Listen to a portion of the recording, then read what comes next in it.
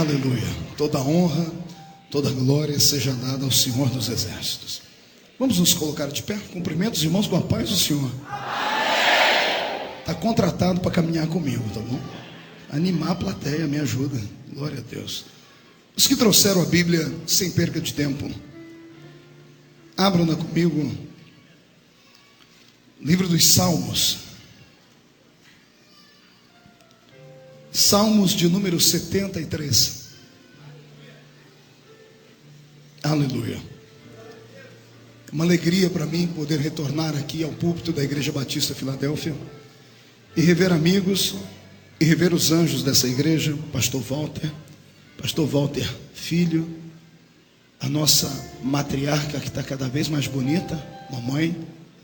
Deus abençoe a senhora e a todos os amigos que vieram para prestigiar o reino de Deus. Eu não sei como você entrou aqui, mas eu imagino como você vai sair daqui hoje.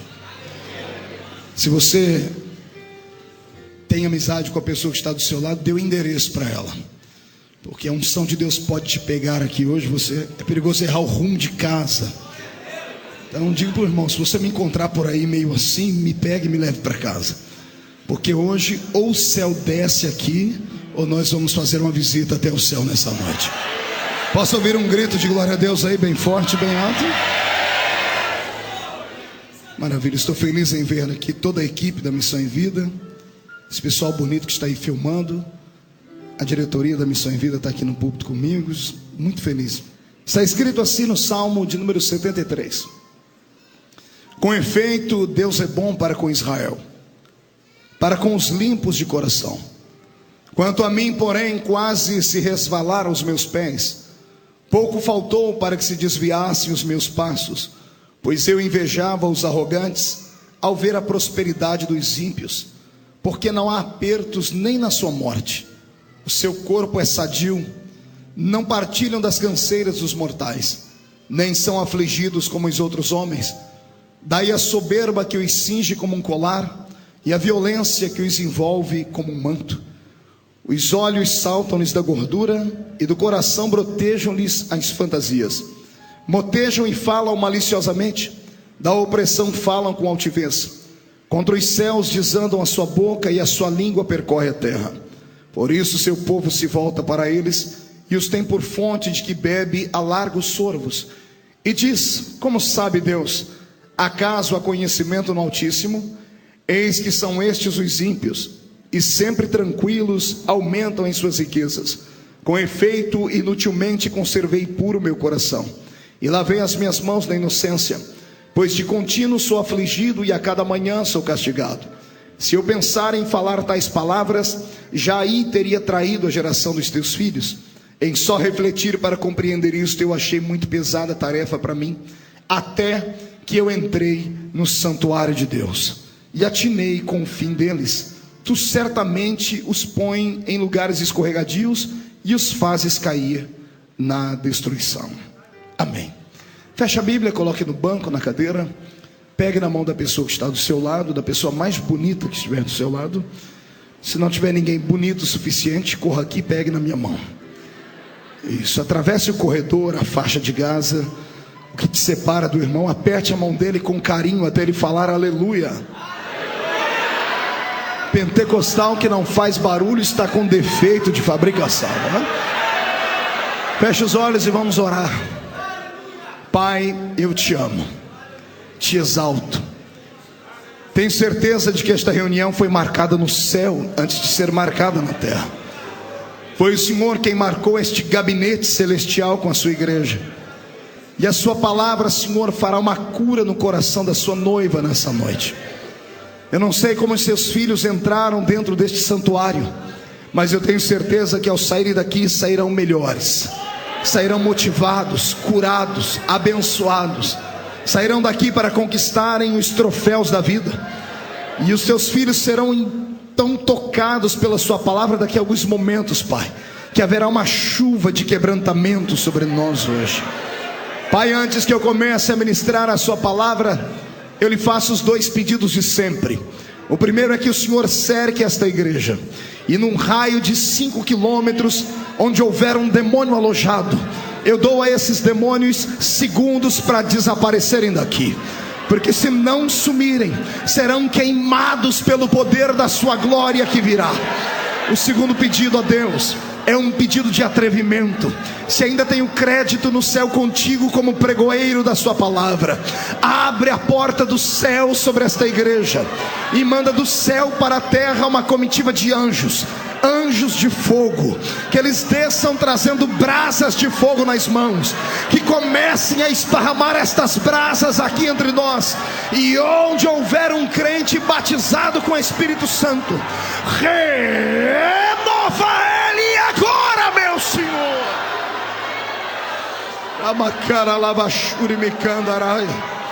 Fala conosco, inunda o nosso coração. Tu não precisas do homem para nada, tu és onipotente. Mostra a sua onipotência hoje, em nome de Jesus. Amém, amém e amém. Antes de se sentar, levante um dedo de profeta para cima comigo. Aponte para o irmão que está do seu lado e diga para ele: escute aqui, cidadão, é hoje, não foi ontem e nem será amanhã, é hoje, o dia em que Deus reservou para responder as tuas perguntas. Então se segure, prepare o lenço para quando chorar. Se não trouxe lenço, prepare a manga da camisa, a ponta da gravata, porque hoje você sai daqui transformado pelo poder da palavra. Só quem crê nisso, uma salva de palmas a Jesus e tome o seu assento. Aleluia. Tomeis assento, por gentileza.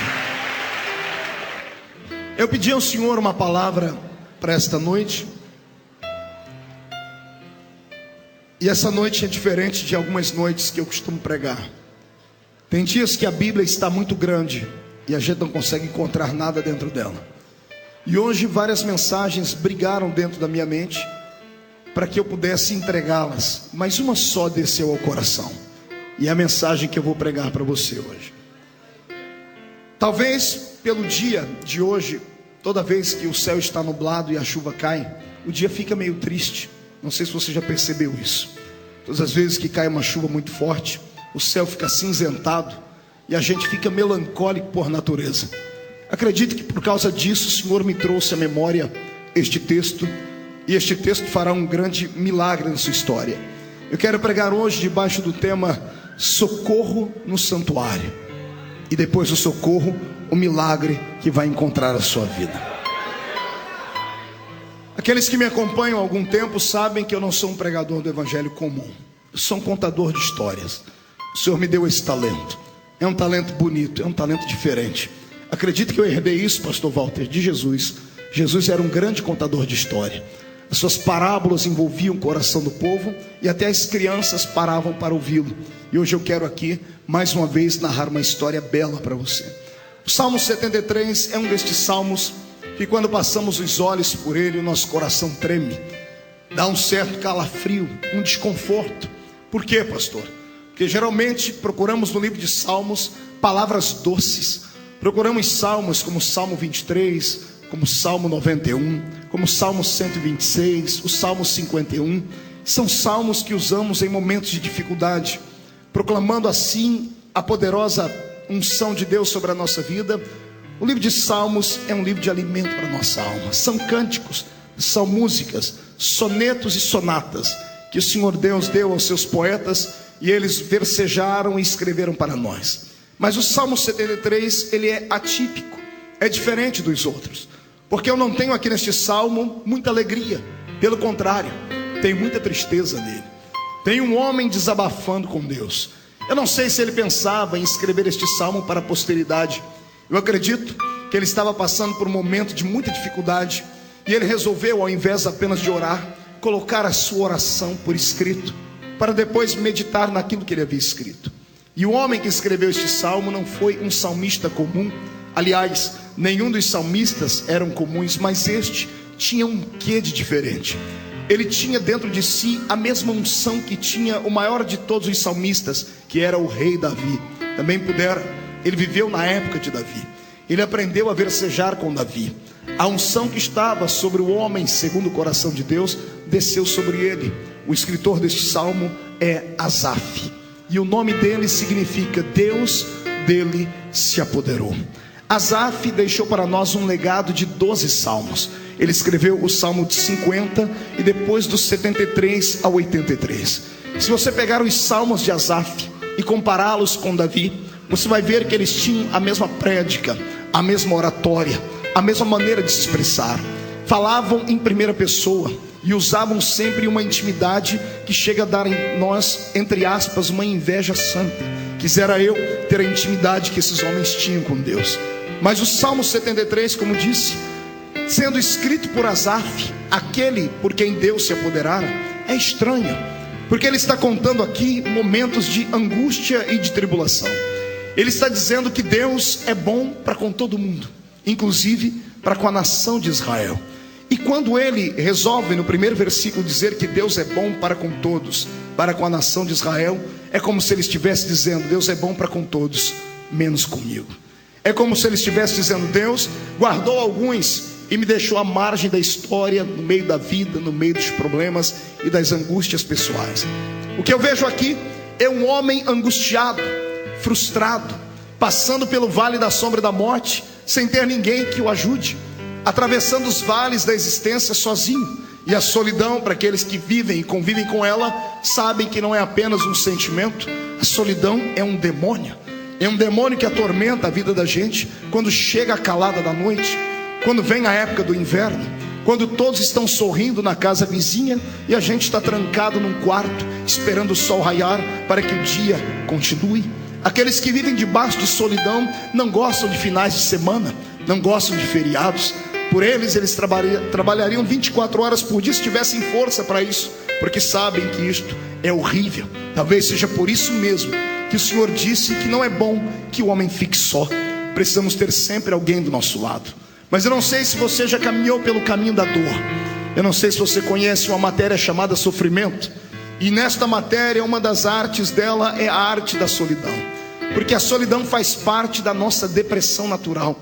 Todas as vezes que nos entristecemos, que nos frustramos, que sentimos o apunhalar de um amigo nas nossas costas, todas as vezes que o teto desaba sobre a nossa cabeça e o chão abre debaixo dos nossos pés, nós queremos nos esconder.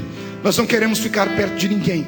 Procuramos um cantinho e assim nós vamos ali chorar as nossas mágoas e meditar um pouquinho. Não sei se você já fez isso. Eu cansei de fazer isso. E eu pensei que eu era um ser humano anormal, até que eu li a Bíblia e descobri que grandes homens, na época das suas piores crises, eles também se isolavam. Elias um dia, depois de ter feito um grande milagre, se escondeu dentro de uma caverna. E lá no seio da caverna, sem que ninguém na terra o ouvisse, apenas o céu aberto, ele fez a Deus um pedido: Senhor, eu queria morrer hoje, eu queria desaparecer daqui. Jó, na hora da sua pior angústia, sentado no meio das cinzas, gritou para Deus: Senhor, eu amaldiçoo o dia em que eu nasci. Queria que o Senhor riscasse dos livros o dia em que a minha mãe gritou: nasceu nesta casa um homem. E não foi só eles. Jesus, quando esteve nessa terra em forma de homem, quando ele tinha suas principais dores, embora ele tentou levar os amigos com ele, nas suas últimas 12 horas nós temos isso, quando ele entra pelo caminho do Getsemane, ele convida os 12 discípulos para orar com ele. Um deles vai embora e 11 ficam, e ele tenta orar com eles e não dão conta de orar. Ele levanta, chama os 3 principais amigos, Pedro, Tiago e João, e se aparta com eles. E para eles ele diz: a minha alma está triste e angustiada até a morte. E mesmo tendo tentado orar com eles, ele não deu conta. E ele disse para eles: fiquem aqui, eu vou entrar dentro desse Getsemane, porque esse Getsemane é só meu. A hora da angústia, da dor e da solidão, procuramos o refúgio da solidão para tentarmos entender o que está acontecendo. Talvez seja por isso que em muitos cultos alguns irmãos vibram, pulam, gritam, são fervorosos, e outros estão com seu olhar perdido. Uns enquanto estão aplaudindo ao Senhor, outros estão chorando por dentro. E alguns, por serem muito severos consigo mesmo, por serem austeros demais, não conseguem esboçar o seu sentimento. Sorriem, mas por dentro estão angustiados. Talvez seja por isso que muitos se calam em uma reunião como essa. Não porque são frios como pregamos, mas só Deus conhece o momento em que eles estão vivendo, o vale de depressão no qual estão. Foi por isso que Deus marcou esta reunião hoje. Talvez tenha sido por isso que Deus fechou o céu sobre o estado do Rio de Janeiro hoje e fez cair uma chuva, para que o seu profeta pudesse olhar para o céu céu e entendesse que sobre algumas vidas o céu está fechado. Todavia, não existe nuvem negra que impeça Deus de te enxergar na terra. Todavia, não existe vendaval que faça Deus não ouvir o seu gemido. Por isso Deus marcou esta reunião hoje. Se prepare, porque daqui a pouco você não vai ouvir mais esta voz rouca aqui. Você vai ouvir a própria voz de Deus dizendo no seu ouvido: eu estou contigo no meio deste vale, eu atravesso com você aqui. Quero te dar uma lição. Eu aprendi neste meu caminhar com Deus que Deus só prova aquele que Ele quer aprovar. Talvez seja por isso que Ele te trouxe aqui hoje. Oxalá seja o fim da prova, e se não for, aguenta o tranco. Mais cedo ou mais tarde a prova vai abrir espaço para um pódio, e você que está aqui embaixo será colocado no pódio de Jeová e receberá da mão dele a chave da vitória, o prêmio que o Senhor preparou para ti. Quem concorda comigo, dê um sonoro grito de glória ao nome do Senhor Jesus. Eu estudei a biografia desse homem chamado Asaf e eu me apaixonei por ele.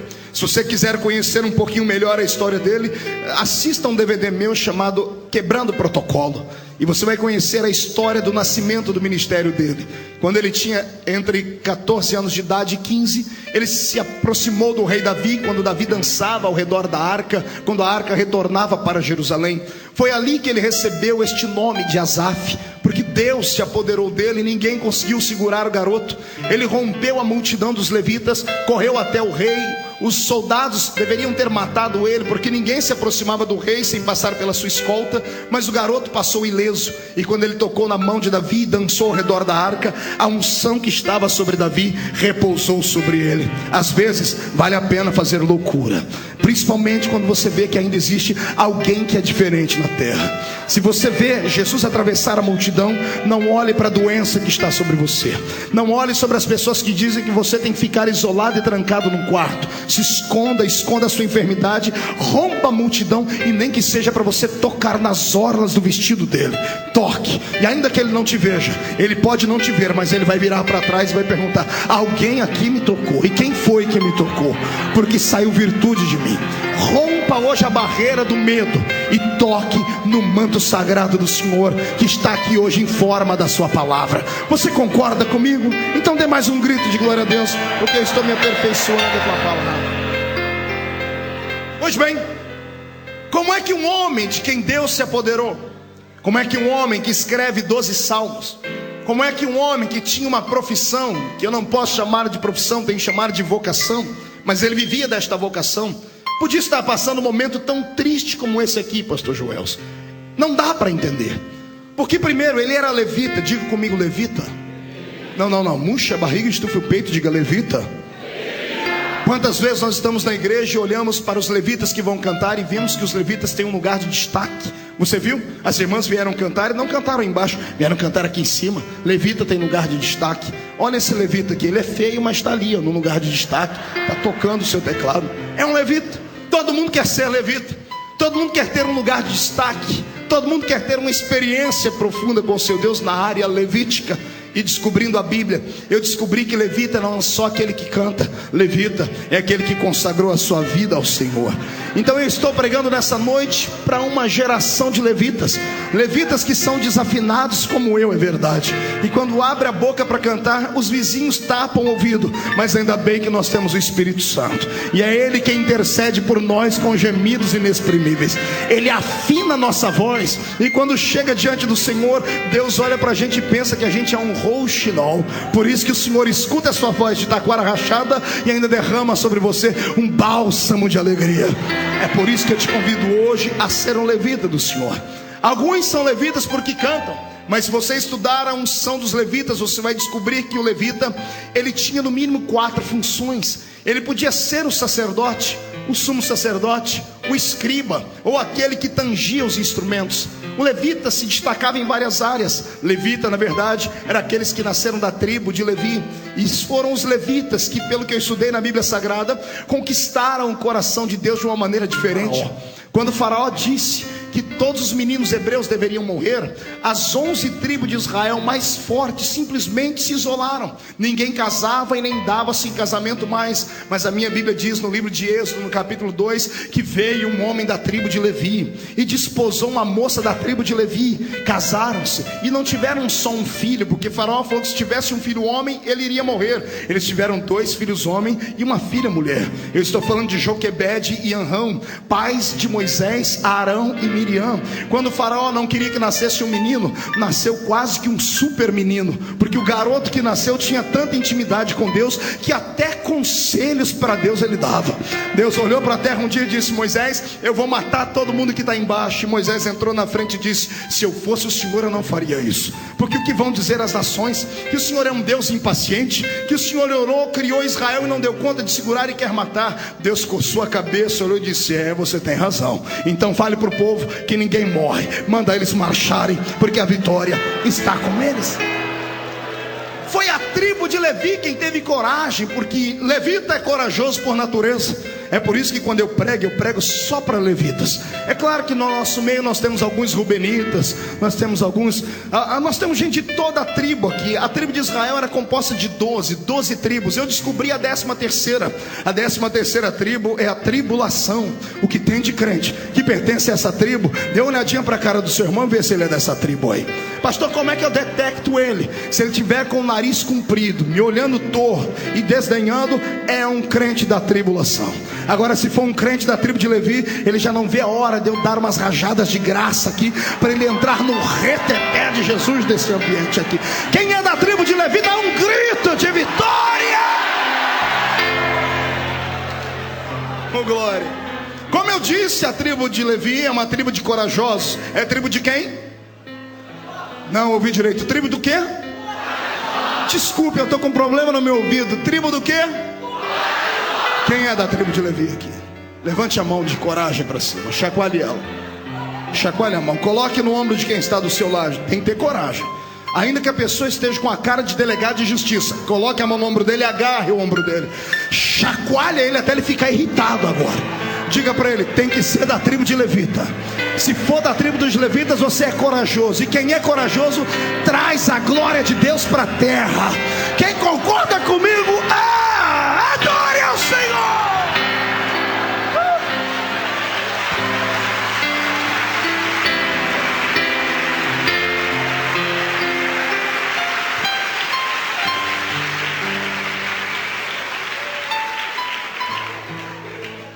Difícil entender a depressão e a angústia de Asaf.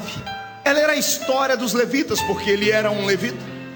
Olha o que eu li na Bíblia, Números 18 e 20, não precisa ler, eu leio para você. Disse também o Senhor a Arão: na sua terra herança nenhuma terás, e no meio deles nenhuma porção terás, porque eu, Arão, eu Senhor, eu sou a tua porção e a tua herança no meio dos filhos de Israel. Você entendeu aqui? A princípio da tristeza, o Senhor está dizendo assim: Arão, todas as tribos vão ter herança, todas as tribos vão ter o seu presente, mas vocês que são levitas não vão ter herança nenhuma na terra. E antes que todo mundo fique jururu e triste, o Senhor diz: sabe por que vocês não vão ter herança na terra? Porque eu, Senhor, eu sou a sua herança. Eu sou a sua herança. Aqui Deus estava dizendo a ele: eu garanto a sua comida, eu garanto a sua bebida, eu garanto a sombra sobre a sua cabeça, eu garanto a casa sobre a sua existência, eu garanto a fortaleza. Os inimigos não tocam em você, os inimigos não têm poder contra a sua vida. Eu darei a vocês o seu quinhão, eu darei a vocês o galardão. Ai, Jesus, isso vai enchendo o peito, porque eu me lembro que sou levita. Assim como você tem que entender que você também é levita. Você pode não ter a herança que o mundo tem, você pode não ter um carro importado, nem uma casa nova, mas o Senhor manda dizer: eu sou a sua herança, levita. Eu te dou aquilo que você precisa, eu te dou o seu sustento e coisas mais. Lendo essas promessas, entendendo que Asaf era um escritor que herdou a unção de Davi, que tinha tanto, eu questionei: Deus, por que ele está tão triste aqui? Ele está dizendo que o Senhor é bom para todo mundo, menos para ele. E pior não é isso, ele diz que os pés dele quase se resvalaram. Usando o texto normal, o pé dele quase se desviou. Desviou do que, pastor? Dos caminhos do Senhor. Detalhe, ele não é um adolescente, não é um garoto de 18 anos de idade. Neste dia aqui, ele tinha quase 70 anos de idade. Como é que um ancião, alguém que experimentou Deus de todas as formas, no final da sua vida, com toda a experiência, tem coragem de escrever um salmo como esse? Tem coragem de deixar para a posteridade que ele também passou por um vale tão grande, que ele quase se afastou de Deus? Se ele, com quase 70 anos, que tinha e pertencia à folha de pagamento de Deus, que tinha tudo para ser um homem feliz, estava triste, eu não sou ninguém para lhe acusar. Eu tenho que tentar entender o que você passa. Talvez seja por isso que muitos na igreja não conseguem sobreviver, porque alguns que não conhecem vale, não conhecem tristeza, olham para os demais e querem julgar, querem entender por que a pessoa passa por tanta angústia e não consegue firmar os seus passos. Eu quero que você, a partir de hoje, nunca mais acuse ninguém. Se você puder colocar o seu ombro debaixo de alguém, faça isso. Se você puder ter uma palavra de motivação, faça isso. Porque nós não somos robôs, não fomos feitos todos iguais. Cada um de nós tem a sua identidade própria. Cada um de nós tem a sua identidade e a sua individualidade. Cada um de nós é uma caixinha de surpresa diante de Deus. Não somos iguais em nada. Podemos ser aparentes na aparência. Ou melhor, a nossa aparência pode ser até semelhante à do outro, mas por dentro somos completamente diferentes. Então eu acho e acredito que seja por isso que Deus é um ser tão misericordioso, porque Ele nos entende. E quando Ele olha aqui nesta noite, Ele sabe muito bem porque que você está assim. E hoje Ele vai te explicar como sair dessa situação, porque Deus não te leva para um vale e te abandona lá. Deus é um general passivo e amoroso. É diferente desse exército que nós temos na terra, porque o nosso exército chamado igreja na terra, quando vê alguém doente, caído e cambaleando, nós queremos abandonar a pessoa no meio do caminho, ou dar um tiro de misericórdia e matar a pessoa. É isso que fazemos. Mas Deus não. Ele é um general que quando vê um dos seus soldados feridos, ele volta e coloca no ombro esse soldado ferido e carrega ele para uma estalagem para ser curado. Eu quero profetizar sobre a sua vida agora e dizer no nome de Jesus, que ainda que um sacerdote te abandonou no meio do caminho, levita, ainda que um outro levita te abandonou no meio do caminho, há um samaritano sentado em um grande cavalo, e o trote dos pés deste cavalo já estão se aproximando de você, e ele manda dizer que na rua você não fica. Ele coloca você em cima do cavalo e vai curar as suas feridas, e vai te levar para uma estalagem, e vai pagar para alguém curar a sua história. E você que estava indo para o deserto, vai voltar para a terra da misericórdia. Quem concorda comigo, dê mais um grito de adoração ao nome do Senhor Jesus. Foi depois de tantas perguntas como essas que eu aqui lancei, que eu entendi porque é que esse homem estava passando por esse momento de dificuldade. E eu entendi que Deus não chama super-homens para sua casa. Deus não chama mulheres maravilha para sua casa. Deus não tem super-heróis humanos. Deus tem seres humanos que são feitos da mesma matéria. Eu sou feito da mesma matéria que você.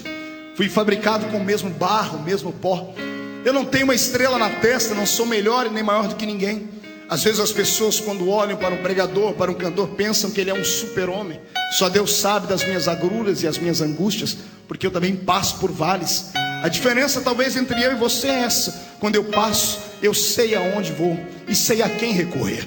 Eu entro no meu quarto, tranco a porta atrás de mim, dobro o meu joelho e fico à sombra da cruz, esperando que o vento passe.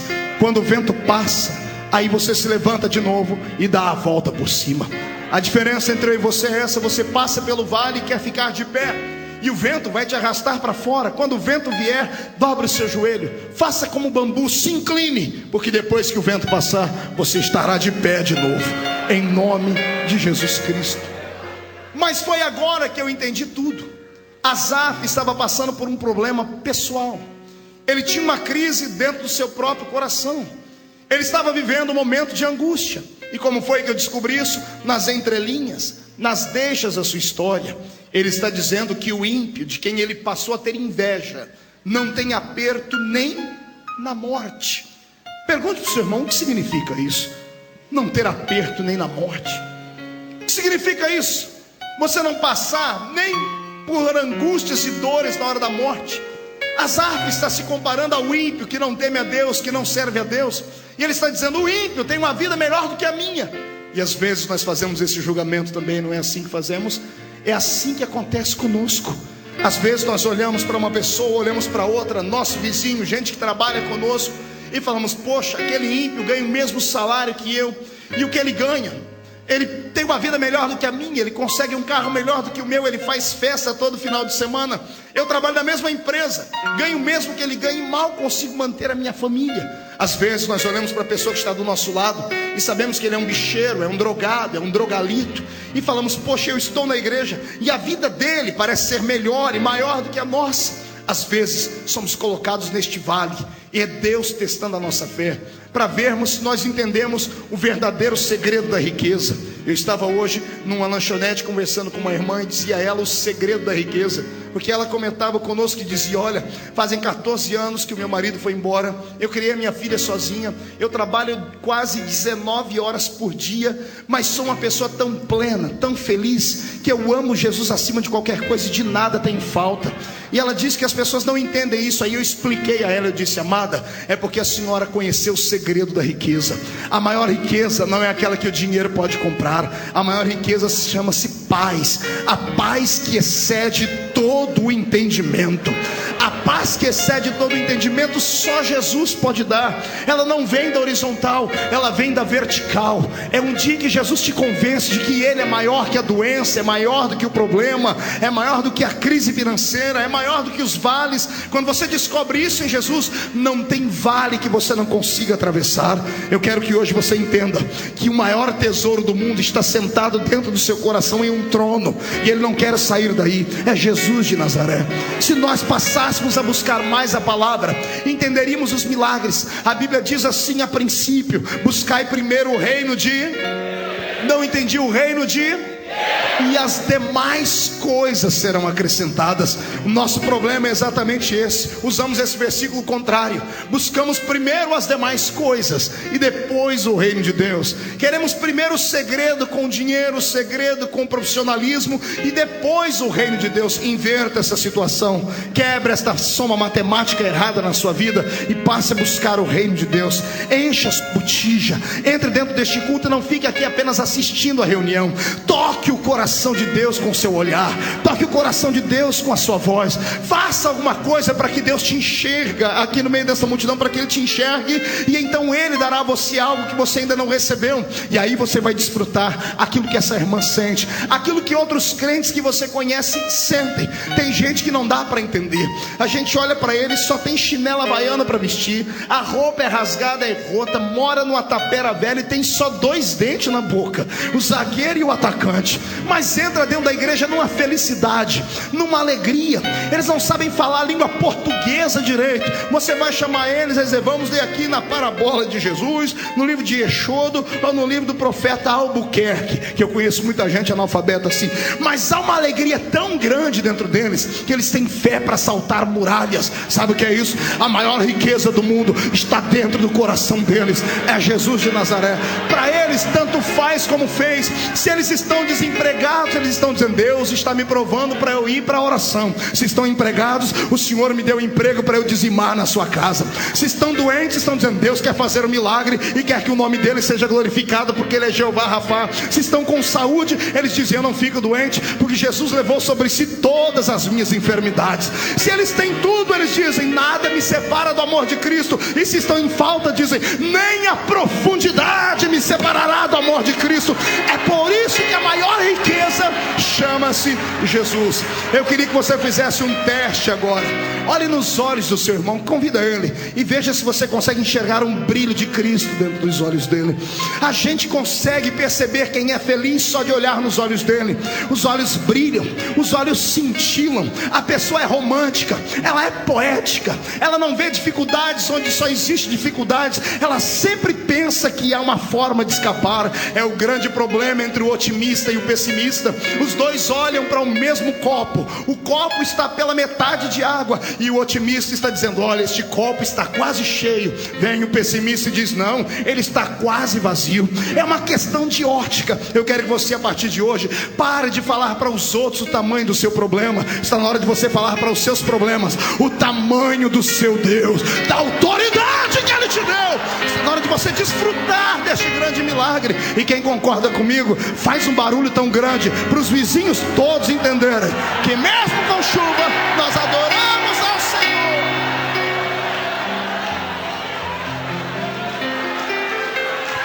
Aleluia! É uma chuva.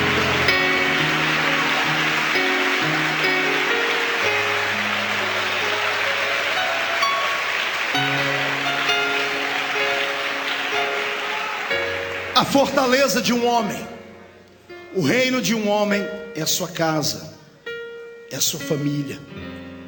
Se tudo vai bem na família, a gente aguenta tudo, a gente atravessa os buracos. Se a família está do nosso lado e todo mundo tem saúde, a gente vai embora, a gente arruma força. O nosso legado estando com saúde, vendo os barrigudinhos crescerem, ou comendo jiló, ou comendo uma comida muito cara, não importa, o que importa é a família estar unida. Mas quando a família é atingida, aí esmorece o guarda da casa. Foi isso que aconteceu com Asaf. Ele tinha chamada, e a chamada do profeta da casa, do levita da casa, era forte. Mas e a sua família? E a sua família que não tinha a mesma chamada dele? Embora fizesse parte da história do seu ministério, a família não tinha a mesma responsabilidade do que ele, de ir ao templo, de consagrar ou de fazer isso ou aquilo. Era apenas a extensão da vida dele. E a história diz que Asaf, no dia da inauguração do templo de Salomão, com 60 e poucos anos de idade, quase 70, quando terminou aquele culto, do lado de fora do templo, todas as pessoas cumprimentando o rei Salomão, cumprimentando a gama de homens importantes que ali estavam, as pessoas pegando na mão do maestro da grande música da inauguração do templo, dizendo: olha, nós nunca vimos nada igual. Você regia o santuário, você regia os músicos, e a glória de Deus inundou a casa, ao ponto dos sacerdotes não conseguirem ficar em pé. Que música foi essa? Que salmo foi esse? E eu imagino as pessoas dando os parabéns, dizendo: olha, parabéns Asaf, nós nunca vimos alguém com uma unção tão grande, com uma unção tão forte. Foi aqui começou tudo a acontecer para que ele entrasse em depressão. Foi Jesus quem nos ensinou isso. O problema é que nós não aprendemos. Todas as vezes que Jesus tinha uma grande vitória, todas as vezes que ele vinha de uma grande empreitada evangelística, todas as vezes que um grande milagre acontecia, ele não ia comemorar em churrasco, ele não ia para festas, ele se isolava para orar, porque era natural que a depressão viesse na sequência. Não sei se você já parou para pensar nisso.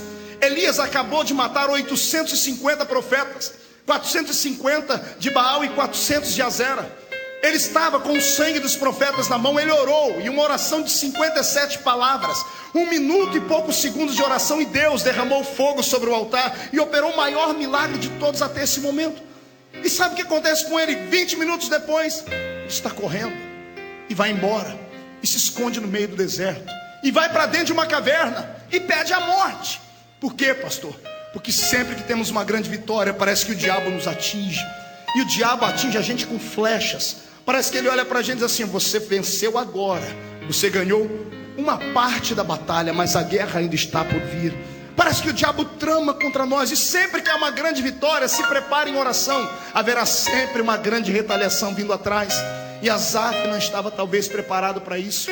E quando ele fechou o templo de Salomão na inauguração, ele foi andando pelo meio da cidade, porque o templo ficava no centro da cidade, e todo mundo sabe que no centro das grandes cidades só moram os grandes ricos, os fazendeiros, os latifundiários. E quando ele foi passando pelas casas dos homens ricos, ele viu festa.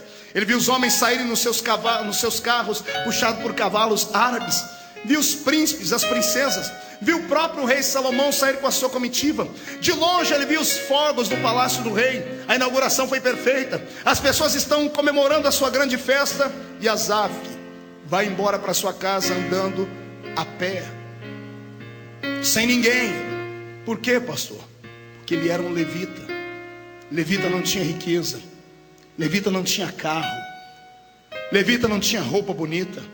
A roupa que ele usou na inauguração do templo foi a roupa que o pai dele usou, que o avô dele usou, que possivelmente o tataravô dele usou, porque era uma roupa de festa, era uma só para cada levita. E enquanto ele caminhava pelo centro da cidade, ia em rumo à casa dos levitas, que ficava à parte da cidade, Ele foi passando pela casa dos ricos e viu as festas, e viu os filhos dos ricos caminhando, e viu as pessoas se alegrando, e ele está sozinho.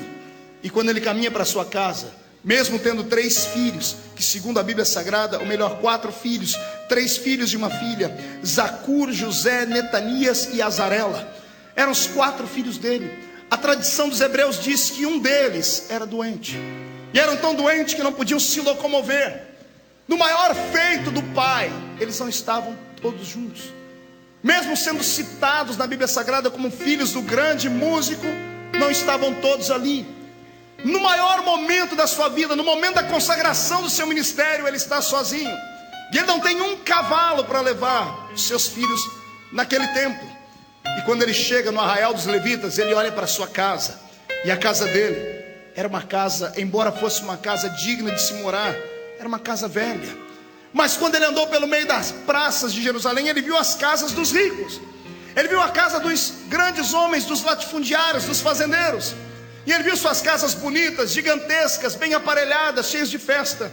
Quando ele chega no reduto dos levitas, ele lembra que a casa que ele está morando é antiga, porque o pai morou ali, o avô morou ali, o bisavô morou ali. E ele começa a sentir a necessidade de ter coisas, ou dar coisas para os seus filhos, que ele nunca teve. E quando ele abre a porta da sua casa e entra dentro do seu casebre, a comida que ele iria comer naquele dia não era o cardápio que ele pediu a sua esposa para fazer, porque o levita só comia aquilo que as pessoas davam para ele comer. Todos os dias era uma surpresa. Alguém batia a casa do levita e dizia: olha, Deus mandou eu te trazer isso aqui para você comer. E ele começou a se sentir não como um herdeiro de Deus, mas como um pedinte de esmola. Às vezes, quando somos obreiros de Deus, somos levados a pensar isso também. Temos uma vocação divina, ouvimos a voz do profeta, e as pessoas dizem: você tem vocação, você vai chegar lá. E a gente acredita, e cegamente se joga no reino de Deus. E de repente, você vê que todas as pessoas prosperam, e você que se lançou para viver da fé, começa a ser mutilado, começa a ser execrado. Eu lembro disso na minha vida, quando deixei um grande trabalho para trás e fechei a matrícula na faculdade de Direito. Eu comentava com os irmãos esses dias, eles perguntaram por que eu não prego em certo estado do Brasil. E eu disse: porque todas as vezes que eu ouço o nome desse estado, meu coração treme. Porque todas as vezes que eu lembro do nome desse estado, eu lembro que foi ali que me fecharam portas, porque eu pregava falando a verdade. E por causa dessas portas fechadas, eu fiquei 2 meses sem nenhuma agenda. E na metade do 2º mês, a minha filhinha me pedia leite, eu não tinha leite para dar a ela. E eu me lembro da minha filha chorando, pedindo: pai, eu quero beber leite, eu não tinha leite para dar a ela. É a angústia, a depressão que bateu no meu peito, a ira, a raiva, a vontade de chutar tudo. E o diabo do meu lado dizendo: se você tivesse estudado, se você tivesse continuado trabalhando naquele trabalho, você teria tudo para sobreviver, você seria um vencedor, seria um médico, seria um advogado, seria alguém importante, que você tem inteligência. E aí você começa a ver o seu reino desmoronar. E aí o efeito da fé passa, o efeito da chamada, que é metafísica, desaparece. E por um momento você começa a olhar com os olhos dos homens. E sabe qual é o sentimento que vem aqui dentro? Inveja,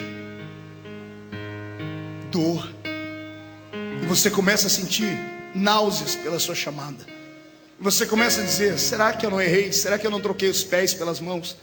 Será que Deus me chamou para essa realidade de verdade? Estou pregando isso aqui porque o Senhor me disse que tem muita gente aqui hoje que tem vocação, tem muita gente que tem chamada. Eu estou pregando aqui para pastores que nunca pastorearam, para evangelistas que nunca subiram num púlpito ainda, mas que o coração queima. Estou falando para missionárias que ainda vão pegar um avião e atravessar esse grande oceano Atlântico e fazerem grandes obras para o Senhor.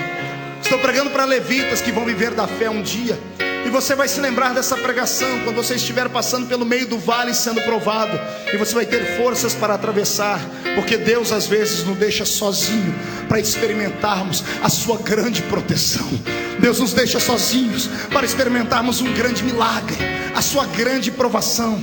Eu quero que no nome do Senhor Jesus você entenda que o Senhor não te abandonou, e a sua chamada é uma realidade, e que você não precisa entregar a carteirinha de pastor, e que você não deve deixar a sua chamada de lado. É só um momento de dificuldade. Daqui a pouco vai passar, o vento vai passar, e o Senhor vai confirmar a sua chamada, e você terá vontade de pregar 2 vezes mais. Agora você é só um gatinho acuado, mas daqui a uns dias a unção do leão da tribo de Judá vai saltar dentro de ti, e você vai agarrar os demônios pelo chifre. Agora aguente o tranco. Quanto maior a chamada, maior é a dor dela. Quanto maior é a unção que Deus tem sobre a sua vida, maior é o preço que tu vais pagar por ela. E não espere que você será alguém que Deus não irá provar. Não espere ser alguém diferente. Não espere que Deus vai mudar esse estilo. Esse é o estilo de Deus. Eu só dou uma coisa grande para aquele que prova que merece.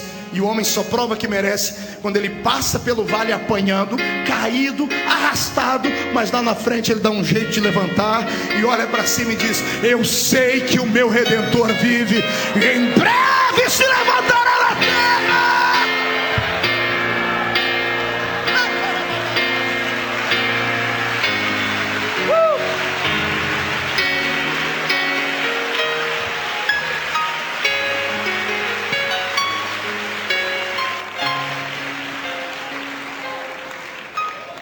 Quer entender a depressão do levita? Fecha os olhos. Eu te dou a tinta e você desenha o quadro que eu vou ditando. Entre dentro da casa dele comigo. Paredes feias, de pedras, caiadas, nenhum móvel bonito, mesas de madeira, cadeiras de madeira, cuias em cima da mesa. Comida, aquilo que trouxeram, resto de mesa de gente. Atravesse a sala, entre comigo dentro do primeiro quarto e veja a esposa dele, quase 70 anos, deitada na cama, inválida. E ele acordando ela depois da inauguração do templo, dizendo: filha, Deus desceu no templo hoje. A glória foi tão grande que os sacerdotes não conseguiam ficar de pé. Eu imagino ele dizendo aquilo que a tradição dos hebreus diz. A tradição diz que quando Deus desceu dentro do templo, todos os enfermos do lado de fora da casa foram curados. E quando ele diz isso, todos foram curados. Eu imagino ela dizendo: por que o Senhor não veio aqui e não curou a mim? Não curou o nosso filho que está no outro quarto ali, inválido? Eu imagino a dúvida batendo dentro da mente do grande profeta de Deus, agora do levita. E ele começa a dizer: o ímpio não tem aperto em nenhum momento da sua vida, mas a minha vida é por demais sofrida. Não tem aperto nem na morte, porque o rico tem dinheiro para comprar grandes volumes de terra, e até para comprar um caixão mais bonito ele pode. E a mim, que nem dinheiro para comprar uma urna para minha família tenho. Todos eram sepultados no mesmo buraco. Quando ele morresse, seria sepultado no buraco onde o pai dele foi sepultado, onde o avô dele foi sepultado, porque levita não podia ter nada. E ele está dizendo: não há aperto na sua morte. Como é que você se sentiria? Levante a cabeça. Eu era garoto, tinha os meus 15 anos de idade, e tinha uma irmã na minha cidade, a irmã Sebastiana, nunca vou esquecê-la. Uma mulher pequenina, simples, cheia de Deus, mãe de 14 filhos, se não me falha a memória, 14 filhos, todos afastados do caminho do Senhor na época, com exceção de 2, e um deles era meu amigo de infância, o Enoque, nome de profeta. E a gente chegava na casa da irmã Sebastiana e todos os dias ela colocava sempre uma sopa para a gente comer. Sempre ela tinha uma palavra de ânimo para a gente. Mas o fim da vida daquela mulher foi triste demais. Ela contraiu uma doença, um câncer. Mas não era um câncer na carne, era um câncer no corpo inteiro. Era um câncer que apodreceu ela da ponta dos dedos do pé à cabeça. Na última semana de vida dela, fui eu e o Enoque ao hospital visitá-la. Quando o Enoque entrou no quarto e viu a mãe respirando com dificuldade, ele saiu chorando.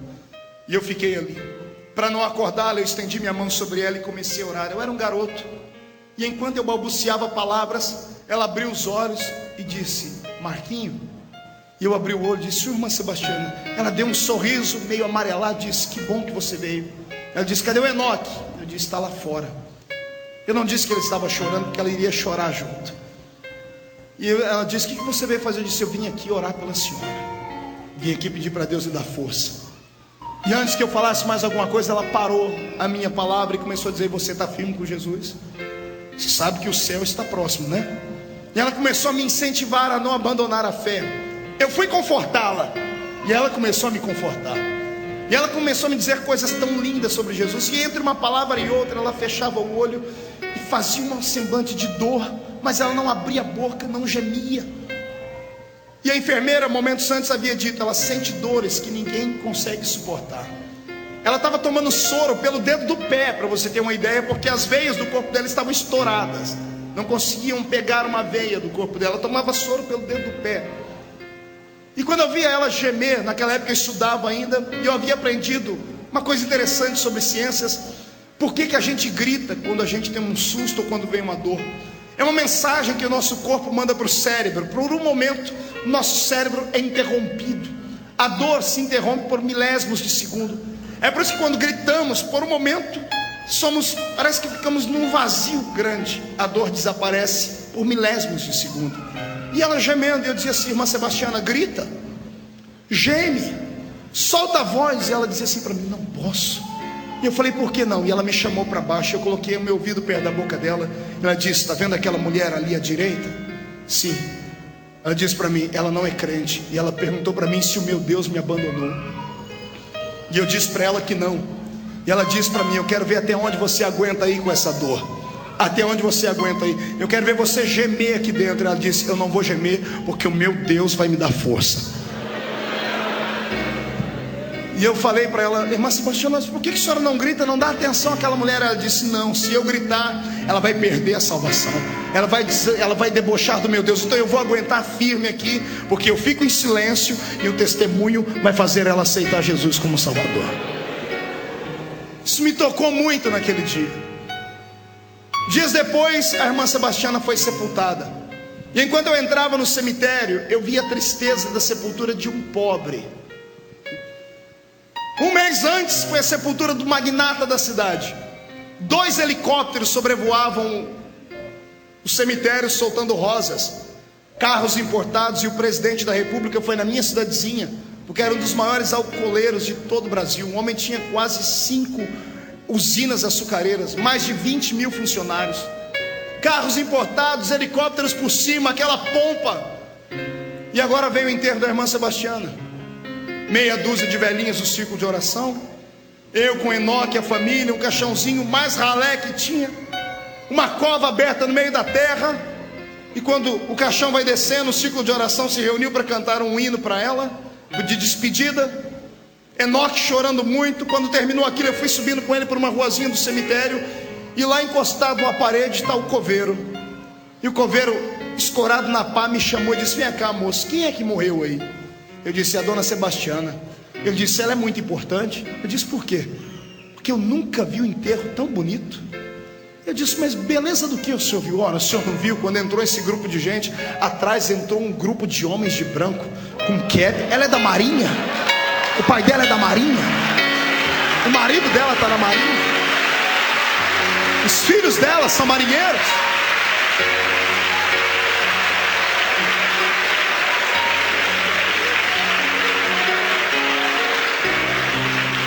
Testemunho do coveiro. O coveiro disse que viu um batalhão de homens entrando fardados, com espadas levantadas. E quando o círculo de oração reuniu ao redor da tumba para cantar, eles reuniram ao redor e cantaram uma música. Ele disse que ele nunca ouviu uma música tão linda. Aí eu saí dali e entendi. Falei: Senhor, o ímpio parece que na morte não tem aperto, mas quem não tem aperto é o crente. Porque na verdade ela não estava mais ali, ela já havia sido escoltada até o céu pelos poderosos anjos. É por isso isso que a maior riqueza que podemos ter não está no nosso bolso, está dentro da nossa alma. Eu quero que você hoje não se sinta rejeitado, nem se sinta abandonado por Deus. Pelo contrário, são momentos de luta que todos nós passamos. E vou lhe dizer mais: se você está sofrendo, sempre terá alguém sofrendo mais do que você. Agora reaja. Não deixe o sofrimento tirar Deus da sua frente. Não deixe o sofrimento fazer um milagre desaparecer. Em nome de Jesus, encontre o poder de Deus no meio da dor. Encontre o coração de Deus no meio da angústia. Quem acha que isso é verdade, dê um grito de glória a Deus bem forte aí.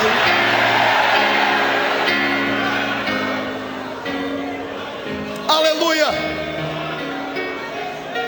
Pedro grita no meu ouvido dizendo: o homem que espera em Cristo só para esta vida é o mais miserável de todos os homens. Sabe o que significa isso? Pedro está dizendo: se você vem à igreja só para ter uma cura, você é o mais miserável de todos. Se você vem à igreja só para ter a sua família unida, você é o mais miserável de todos. Se você vem à igreja só para buscar dinheiro para a sua empresa que está falida e se levantar, você é o mais miserável de todos. Porque dinheiro passa, saúde passa. Jesus não ressuscitou Lázaro e ele está vivo hoje, morreu de novo. Todos aqueles que Jesus curou na sua caminhada morreram. Então isso significa que a vida é passageira. A vida passa muito rápido. Agora aquele que fez uma projeção do seu cristianismo para a eternidade, esse investiu no maior banco que existe, que é o banco da graça do céu. Pastor, mas eu não tenho que servir Jesus por aquilo que ele tem que me dar? É claro que não. Malditos sejam essas religiões de hoje que dizem assim, ó, se Deus é Deus, ele é obrigado a te dar, porque se ele não der, ele não é Deus. Esse não é o meu Deus. Porque o meu Deus, se ele der, ele é Deus. Se ele não der, ele é Deus. Se ele fizer, ele é Deus. Se ele não fizer, ele é Deus. Eu não sirvo Jesus por aquilo que ele tem que me dar. Eu sirvo a ele por aquilo que ele já me deu. Ele me deu um nome escrito no livro da vida do céu. Se uma bala perdida acertar o meu coração agora, o corpo cai em terra, mas a minha alma voa para as moradas celestes. Esta não é a última morada do crente. Esta terra é só de passagem. Quem acredita e tem fé para dizer que isso é verdade, levante as suas mãos para o céu e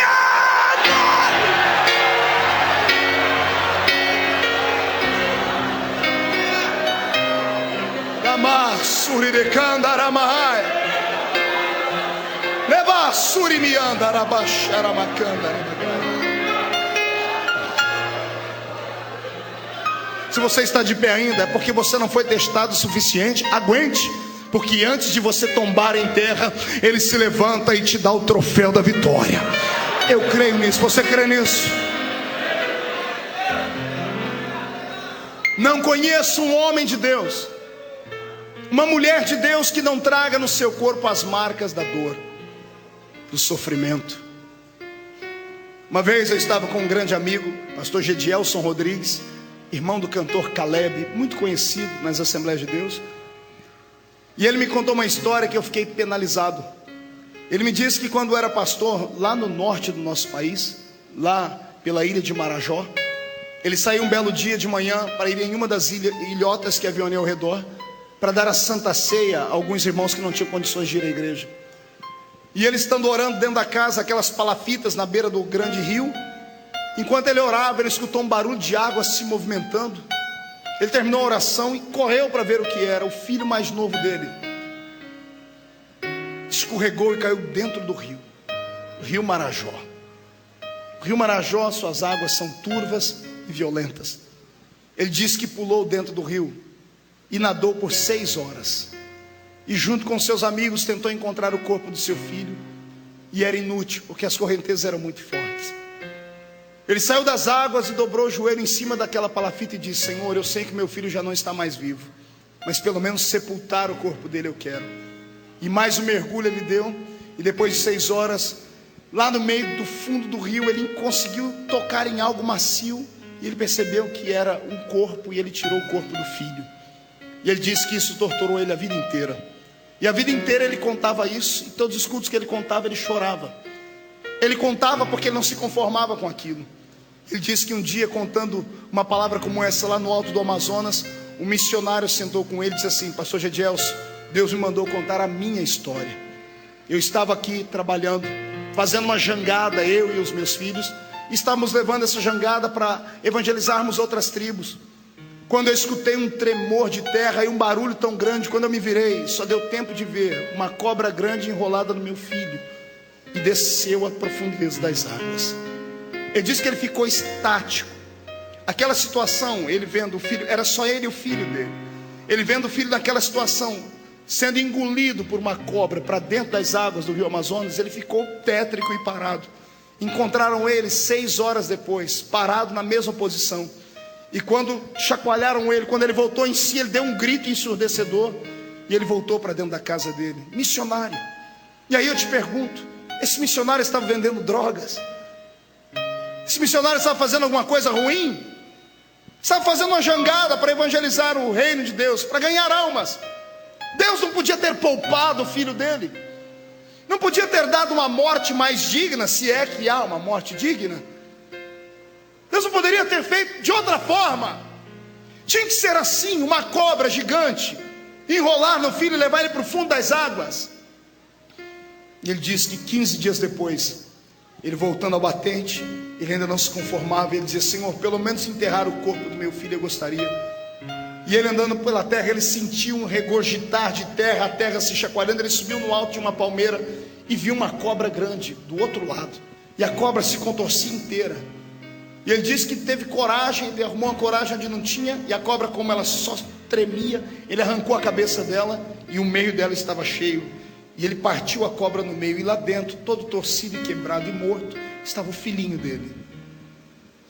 Ele pegou o filho daquele jeito, levantou para o céu e disse: Senhor, obrigado, porque pelo menos sepultar o meu filho eu vou poder. Pastor Gedielson disse que nunca mais ele contou essa história questionando Deus, porque todos temos uma história. A sua não é a pior delas. Você ainda tem esperança. Você ainda sabe que a morte não é o fim. Você serve a um Deus que pode operar milagres da noite para o dia.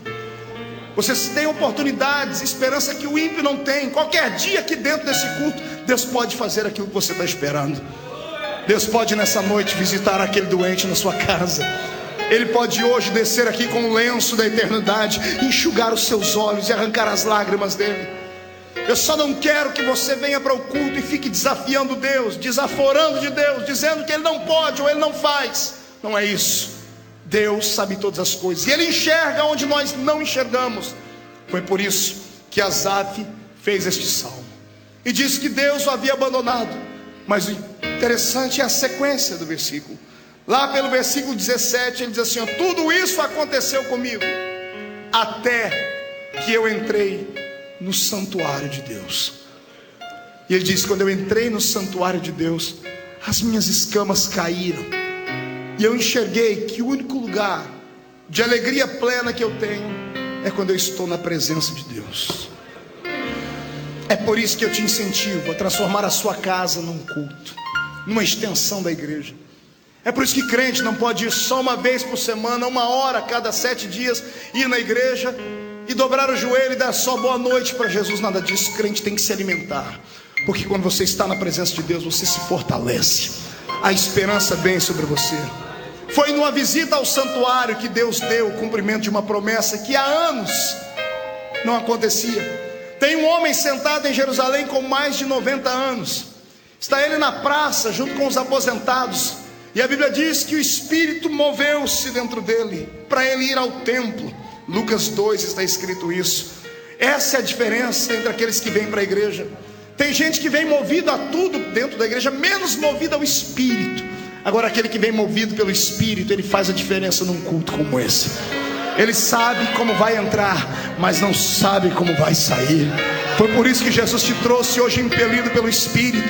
Eu sei que até esse momento você está choroso, está chorando, está se segurando para não se derramar em lágrimas. E se eu fosse você, eu não teria vergonha de chorar. Aquilo que a sua voz não consegue falar, as suas lágrimas falam. Se você ler o capítulo 5 do livro de Apocalipse, você vai entender o que eu estou dizendo. A Bíblia diz que as orações dos santos, as suas lágrimas são incenso diante do trono de Deus. Você derrama uma lágrima aqui, o anjo pega esta lágrima e leva até o trono de Deus, e ele vai sentindo o perfume dela. Quando ele sentir que esta foi a última lágrima, ele ficará de pé no trono e responderá a sua oração. Eu não estou pregando para um grupo de derrotados que não tem a quem recorrer, não.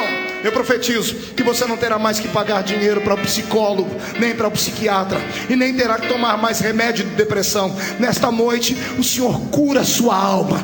Ele traz à existência a força que está aí rompida dentro de você. Só que você tem que arejar a sua mente. É para isso que entramos no culto. Grito de crente não é só efusão pentecostal, clichê pentecostal ou filosofia pentecostal. Grito de crente é o sopro da sua alma buscando alívio. Quando você dá um grito dentro da igreja, os céus inteiros tremem por causa do seu grito e do seu clamor.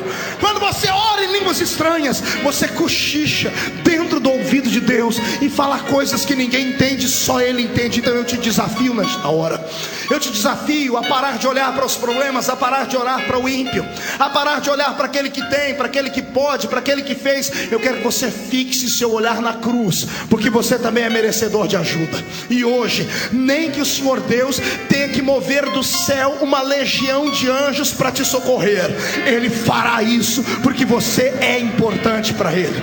Deus não é como o homem. O homem mede você por aquilo que você tem no bolso. Se for rico, tem oportunidade. Se for pobre, não. Se for bonito, é visto. Se for feio, não. Deus não. Deus mede você pelo tamanho da paixão que está dentro da sua alma nesta hora. Se você é como Asaf e cantou um cântico de tristeza como esse, comece a se alegrar, porque hoje você entrou no santuário de Deus, e aqui no santuário você está ouvindo a palavra, e a palavra vai te socorrer. Eu profetizo que as promessas de Deus que te foram feitas não vão morrer até que elas se cumpram na sua história. Não morre a promessa e não morre aquele que foi prometido. A enfermidade não te arrasta para a sepultura até que Deus não te dê alegria plena. Eu profetizo em nome de Jesus que o choro que está durando uma noite terminará, porque a alegria virá logo ao amanhecer. Eu profetizo em nome de Jesus que esta cara triste, feia que está agora vestindo o seu rosto vai dar lugar para alegria, porque você vai começar a sentir agora algo que o homem não pode te dar, que é a paz que excede todo o entendimento. Pastor, como é que eu faço para sentir essa paz? Basta fechar os olhos, colocar a depressão de lado e começar a dizer: eu sei que o meu Redentor vive e Ele vai se levantar agora. Não me interessa se você está leproso, se você enterrou seus filhos, se a sua mulher te abandonou, se você perdeu a riqueza. O que me interessa é que mesmo leproso, sentado nas cinzas, você pode ficar de pé, e de pé você pode gritar para o céu: o meu Redentor vive e vai se levantar, vai se levantar, vai se levantar, vai se levantar. Você crê nisso? Então murche a barriga, estufe o peito, olhe para o irmão do seu lado e diga: o meu Redentor vai se levantar. Não faça melhor, diga: o meu Redentor vai se levantar. Se você tem uma fé maior, diga: o seu vai se levantar ainda. Diga: o meu já se levantou. Já se levantou. Quem acredita que o seu Redentor se levantou, adore Ele.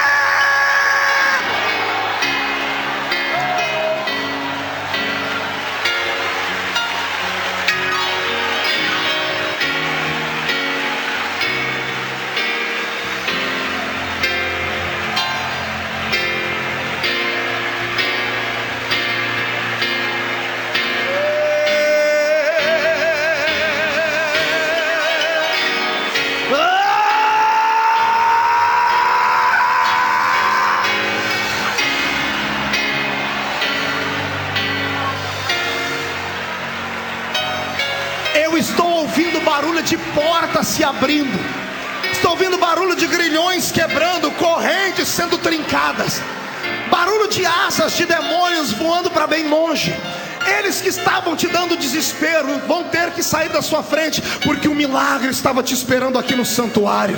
Se você está sentindo milagre, comece a adorar. Troque a tristeza por alegria, limpe as lágrimas. É hora de orar em línguas, é hora de usufruir da bênção, é hora de sentir a graça, é hora de você mostrar às pessoas que estão do seu lado que você não morreu. Ei, o crente é igual à lenda da fênix, o pássaro que depois de destruído se recompôs. O crente pode cair até 7 vezes. Por 7 vezes jogaram seu vaso no chão, ele trincou e se espedaçou. A Bíblia diz que de todas elas o Senhor te colocará de pé. O Senhor está te colocando de pé nesta noite. Ah, meu Deus. Vem, Simeão. Na praça a promessa não se cumpre, em casa também não. Entra no templo. Pastor, mas eu já sou velho, tenho 90 anos. Não me interessa, há um milagre no santuário. Venha. E é dentro do santuário que você vai esperar por alguns minutos. E daqui a pouco, Simeão, vai entrar lá dentro um casal, uma moça de meia idade e um senhor já mais velho, um bebezinho no colo. A festa será completa, até músico Deus vai mandar para o templo, Salomão. É claro que a cantora tinha 90 anos de idade também, mas não tem problema, era a cantora da época. Só vocês, um culto particular. E quando você pegar o bebê no colo para apresentar ao Senhor, dê uma olhadinha no rosto dele. Quando o sacerdote velho olha para o rosto, ele começa a tremer, quase tem uma parada cardíaca. Levanta o bebê e diz: agora eu posso morrer, porque os meus olhos viram a promessa se cumprir aqui dentro. Quem vem movido para o culto pelo Espírito de Deus, pega Jesus no braço e ainda dá um abraço nele. Você crê nisso? Faça isso então. Agarre Jesus nesta noite e diz: Senhor, daqui eu não saio, daqui ninguém me tira.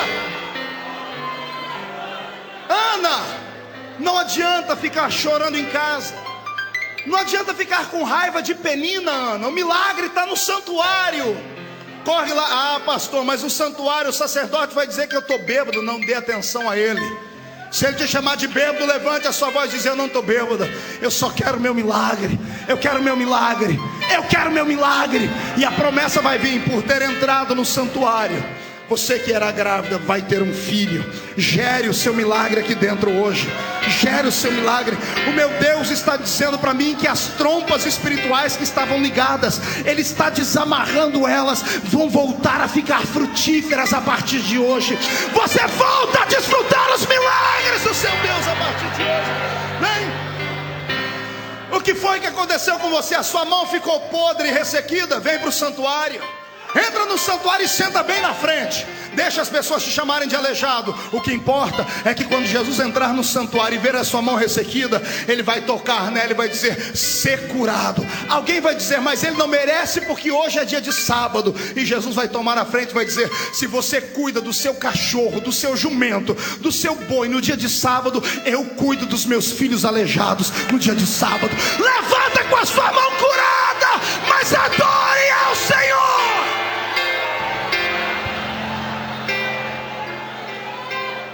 Está encurvada a mulher, está carregando um peso em cima dos seus ombros. Ah, pastor, é maldição, são demônios, não me interessa. Vem para o santuário, entra no culto, deixa as pessoas rirem, ficarem com pena de você. O que importa é que quando Ele te enxergar no santuário, Ele vai dizer ao espírito que te atormenta: sai dela. E você que estava inclinada vai se levantar e adorar ao Senhor, porque há um milagre te esperando aqui dentro deste santuário. Eu profetizo em nome de Jesus. Joabe, é para você, Joabe, esta palavra. Disseram que você merece a morte, disseram que você não pode viver. Então entra no santuário e sobe em cima do altar. Agarre as pontas do altar. Aqui no santuário, quem está no altar não pode ser tocado por homens. A morte vai ter que dar meia volta e arrumar outro para ela brincar, porque aqui no santuário tem um milagre de Deus te esperando. Quantos creem nisso? Quantos acreditam que esta é a noite do milagre? Dê um grito de vitória e diga: é uma noite de milagre. Diga: eu creio, eu creio, eu creio, eu creio.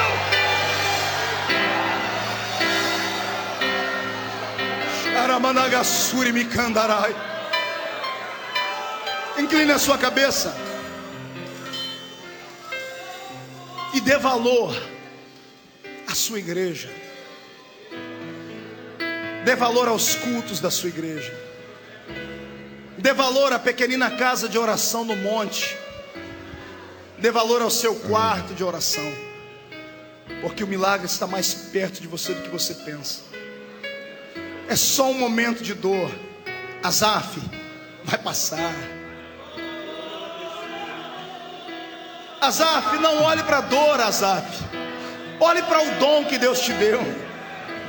Só você pode trazer Deus para dentro da igreja.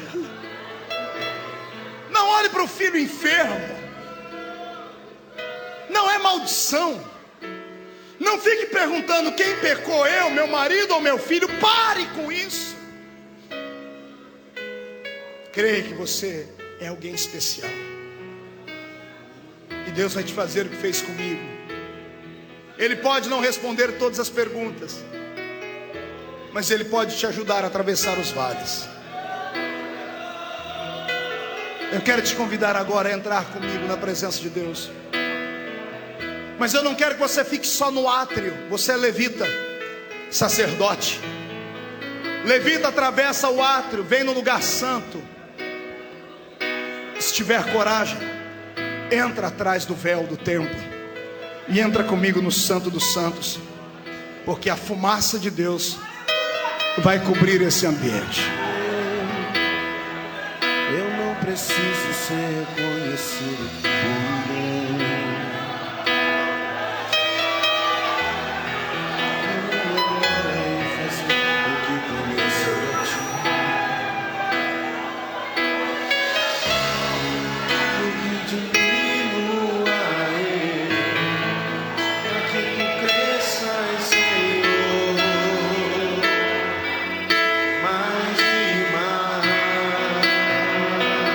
Chore. Vem sentir o amor de Deus. Você é grande, o Senhor é a sua herança. Escondo o rosto para que vejam tua face. Vem, mamãe. Vem. E que diminua eu, para que tu cresças, Senhor.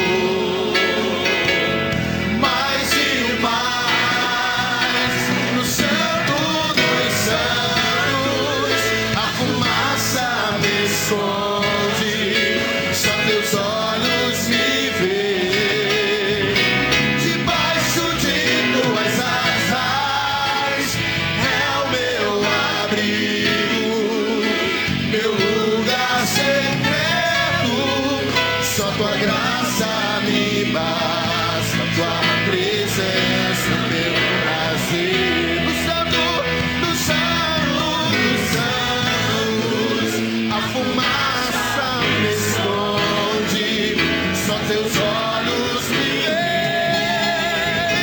Debaixo de tuas asas é o meu abrigo, meu lugar secreto. Só tua graça me basta, tua presença é o meu prazer.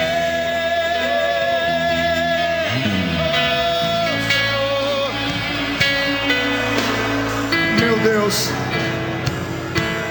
eu vou pedir para os seus filhos pegarem nas mãos uns dos outros.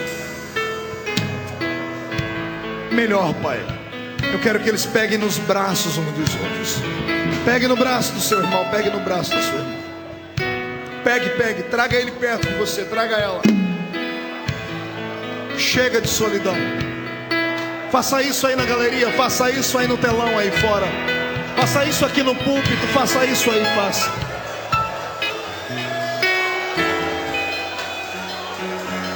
Deixa eu orar por você. Pai, as pessoas que estão em casa assistindo devem fazer isso também. Faça isso, chame a sua família, pegue nos braços deles. Vamos orar junto. Deixa eu orar por você. Só pode interceder por alguém que já passou pelo que você está passando. Eu imagino que te trouxe à frente. Eu imagino que você está passando em casa. Eu imagino que você está passando aí. Eu sei a dor da rejeição. Eu sei como é triste você sonhar e os sonhos não acontecerem. Eu sei como é difícil você orar e Deus não responder. Eu sei como é difícil lutar contra os ventos que dizem que você não tem chamada. Deixa eu orar por você. Incline a sua cabeça. Meu Deus, o gemido que será ouvido agora vai assustar. Eu não estou pregando, Senhor, para homens e mulheres que não erram. Eu estou pregando para gente simples, para gente que entende o vale. Estou falando aqui, Pai, para gente que a chamada foi roubada, porque os homens não acreditaram neles. Eu estou falando para gente, ó Pai, que já teve momentos de glória no ministério, mas hoje estão vivendo à margem, bem à margem da história. Estou falando, Senhor, para famílias que estão destruídas no momento, para pessoas que estão enfermas à beira da morte. Estou falando para um monte de Asafs, que são levitas, que têm uma chamada. Eu queria ter o bálsamo, Pai, para tocar nas feridas agora. Eu queria poder, ó Pai, fazer o serviço de um pai, abraçar cada um deles. Porque tem dias na vida da gente, Pai, que a gente precisa só de um abraço. É por isso que eu pedi para as famílias se juntarem agora, porque nós estamos quebrando, Pai, a mão dos demônios do desespero. Estamos amarrando, Senhor, a força dos demônios que tiraram a fé, que roubaram a esperança. E assim como Asaf saiu do vale, assim como o Senhor me tirou do vale, eu posso já ver, Pai, uma luz no fundo do túnel.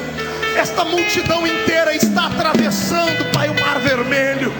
Esta multidão inteira está vendo as muralhas de Jericó caírem. Esta multidão inteira está sentindo, Pai, o céu gritar. Esta é a noite do milagre.